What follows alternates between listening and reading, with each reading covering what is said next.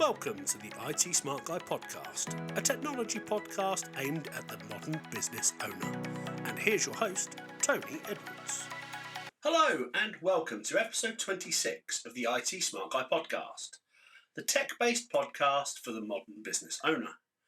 My name is Tony, and in this episode, I'll be talking about changes at Microsoft involving Teams and how it's been bundled, and then how a railway has been hacked, all in the name of war. We will then go on to the brain dump, where I will be talking about servers, and more specifically, Server 2012 and what you should have done about it, or at least have planned to do in the very near future. Finally, as always, I'll have a tip of the episode. Let's jump straight in to the news. Let's look at what's happening in the news. First up in the news, Microsoft has unveiled its intention to disentangle Teams from Office 365 in Europe. This is responding to mounting pressure from Slack and the European Union. Slack lodged allegations against Microsoft for engaging in anti-competitive practices. They contended that Microsoft had been bundling Teams into its subscriptions at no additional cost, failing to offer businesses and larger enterprises the option to purchase 365 without Teams. The EU's investigation, after months of swirling speculation, was officially confirmed in July this year. Microsoft have revised their strategy, and it's set to take effect from October the 1st this year and is applicable to the European Economic Area, the EEA, and Switzerland. This will mean that it will feature Office 365 subscriptions without Teams, allowing businesses to buy Teams separately via a distinct per-user per-month model. Notably, this shift will bring about another increase in subscription costs, further exacerbating the financial strain already experienced by Microsoft users due to previous price adjustments. Existing businesses will have the choice to either retain their current packages or transition to the new model during their renewals. Microsoft have clarified these changes primarily target its core enterprise customers.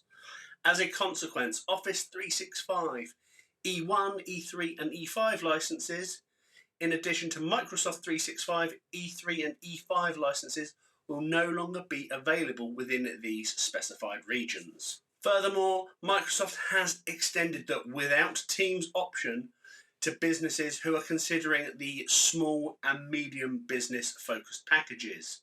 Head of research at Cavell, Patrick Watson, commented saying that they did a research study in 2022 and 32% of organisations identified the Teams integration within 365 as a primary factor for selecting Teams as its core collaboration tool. This integration-centric approach resonated with many organisations, given the convenience of accessing files and resources within the Microsoft ecosystem. Other platforms, such as Slack, face significant challenges in catching up due to the entrenched position of Teams, particularly following the accelerated adoption of remote work during the COVID-19 pandemic. In addition to this restructuring, Microsoft has pledged to enhance interoperability within Teams by facilitating greater integration through API and embedding Office web apps into third-party solutions. Now, the origins of this development trace all the way back to 2017, when Microsoft first started to bundle Teams with 365. This was done as a move to replace Skype for Business. Discussions with EU regulators on this practice commenced back in 2020, which coincided with the surge in remote work during that early phase of the pandemic.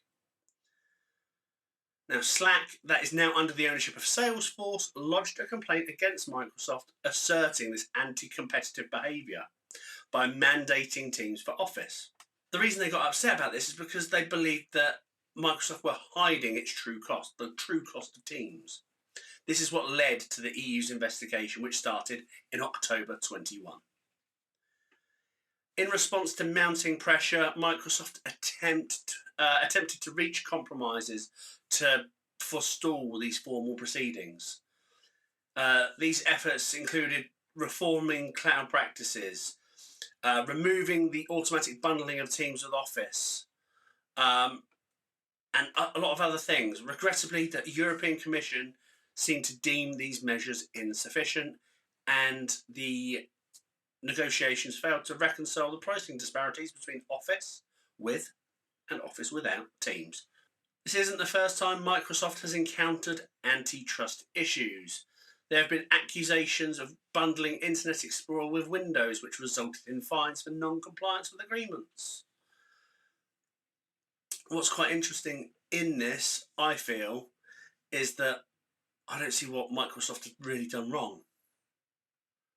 They've done their utmost to accommodate and negotiate with stakeholders, the European Commission, Slack. If you ask me, Slack, which was originally a messaging app for developers, failed to adapt its offering to the evolving needs of users, which allowed competitors, including Microsoft, to overtake it. 5 years ago, I'm going to be blunt, I hated Teams. It was terrible. However, I use it on an almost daily basis now.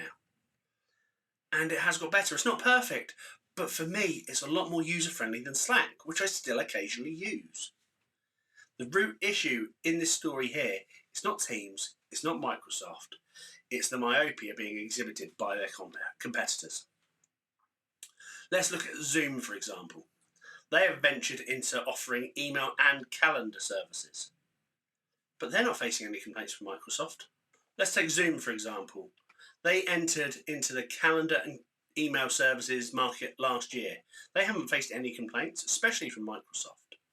Ultimately, it's the end customers who bear the brunt of these developments because it's all about cost, meaning things are going to continue to go up, and we're still in the middle of a cost of living crisis. Let me know what you think. Our next story is about a hacking attack in Eastern Europe. It's come to light that Polish intelligence is currently probing an attack on the country's railway network. The hackers in question breached the railway frequencies, causing disturbances in the northwestern region of Poland overnight last week. Now, according to a report from the Polish press agency, these disruptions included the playing of the Russian national anthem and a speech by President Putin over the railway signals. Poland plays a pivotal role as a transit hub for the transportation of Western weapons to the Ukraine, supporting Ukraine in its ongoing conflict with Russia. The incident unfolded as hackers transmitted a signal that triggered an emergency halt of approximately 20 trains near the city of Szczecin. I hope I've said that right. Fortunately, services were restored within a few hours, but senior security officials are not dismissing any possibilities.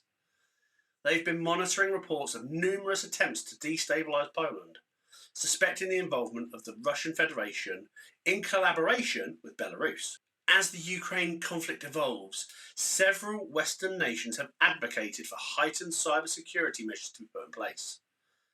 Experts have suggested that Russia is conducting cyber attacks in the Ukraine as a means to test its hacking capability. So why is this information relevant to you? Now, this development underscores the fact that amidst ongoing conflicts, not all threats involve traditional weaponry. There are some highly skilled individuals out there working to disrupt systems, potentially leading to severe consequences. If we put that into a business context, consider a phishing email as a form of disruption. While seemingly minor, if somebody clicks on it and it escalates, that can cause significant damage. So how is your business prepared to handle a cyber incident? What are your contingency plans? Have you even considered them? Do you even have them? Let me know in the comments. That's it for the news. Let's move on to the brain dump. It's time for the brain dump. So for this episode of the Brain Dump, I want to talk about Windows Server 2012. I would love for you to drop a note in the comments if you've already dealt with this. Also, I'd love to hear from you if you haven't done anything yet, because I'd be interested to know why you haven't. For those of you who might not be up to date, Microsoft made an announcement in May this year that Server 2012 and 2012 R2 will not only reach end of life, but also end of support on October the 10th, 2023. That's in 5 or 6 weeks' time. This means that businesses with on-premise servers that haven't been purchased and configured in the last few years should have made changes, or at least be planning to make changes in the next few weeks.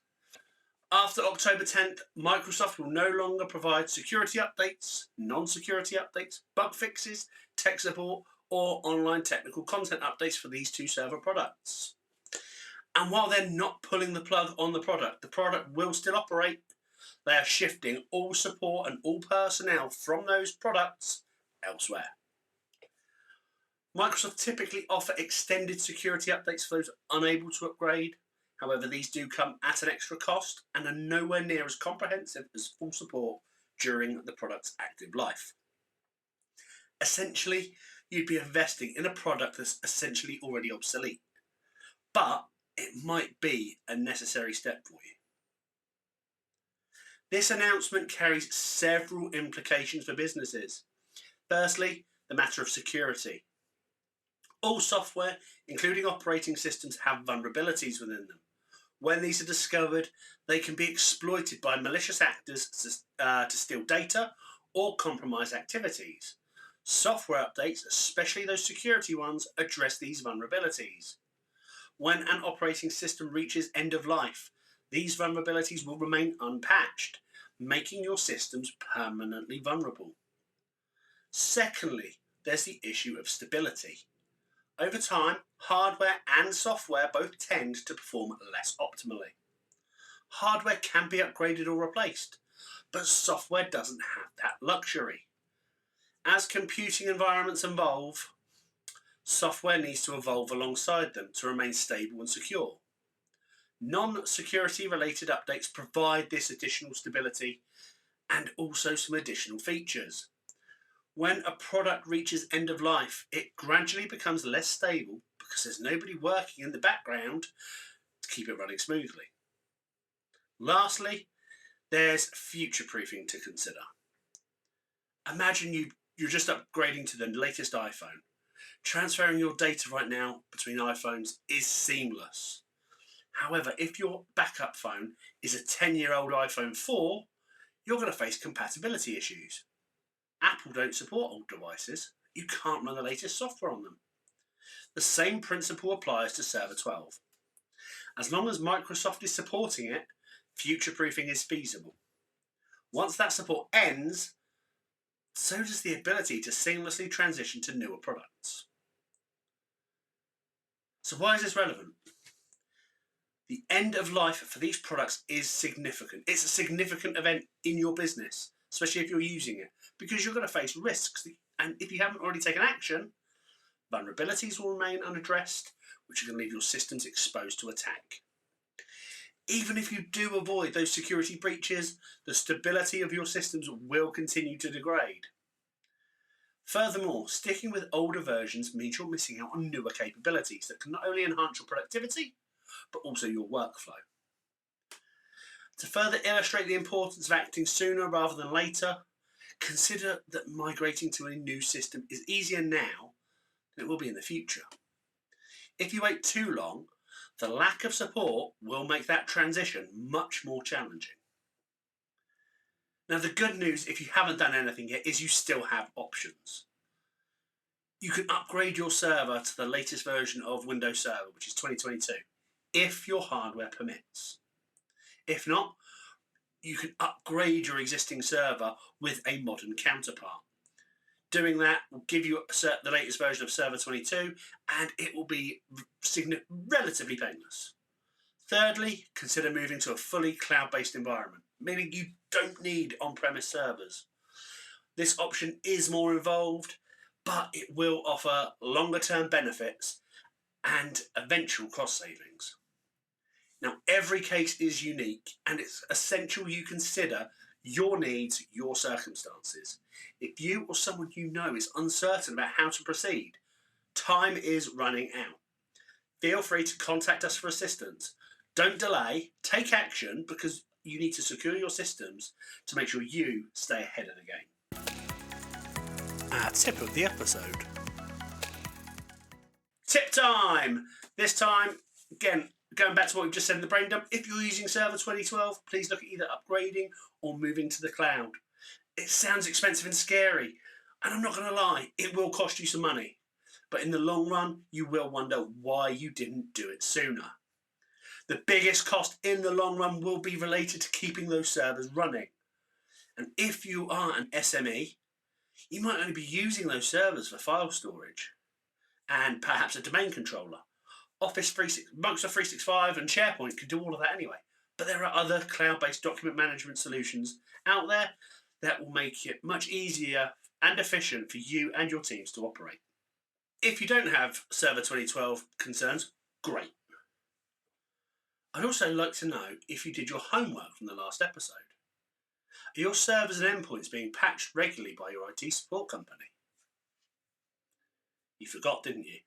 That's all right, it's all right. You're not at school. But do me a favour, go and find out. And do it sooner rather than later. Thank you so much for watching or listening. I hope you have found this episode insightful, and I look forward to speaking to you again in the next one. I do have one small favour to ask you though. If you have enjoyed this episode, do you know what? Even if you haven't, let us know. Leave a comment or a review, because it's the only way I can get any better. And if you haven't already, give us a like and a subscribe on YouTube or on Spotify, Apple Podcasts, or wherever you get your podcasts. I've been Tony, the IT Smart Guy, and I'll see you next time. Thanks for listening to the IT Smart Guy podcast. Hope you've enjoyed this episode. Please do consider to like and subscribe on your podcast platform of choice.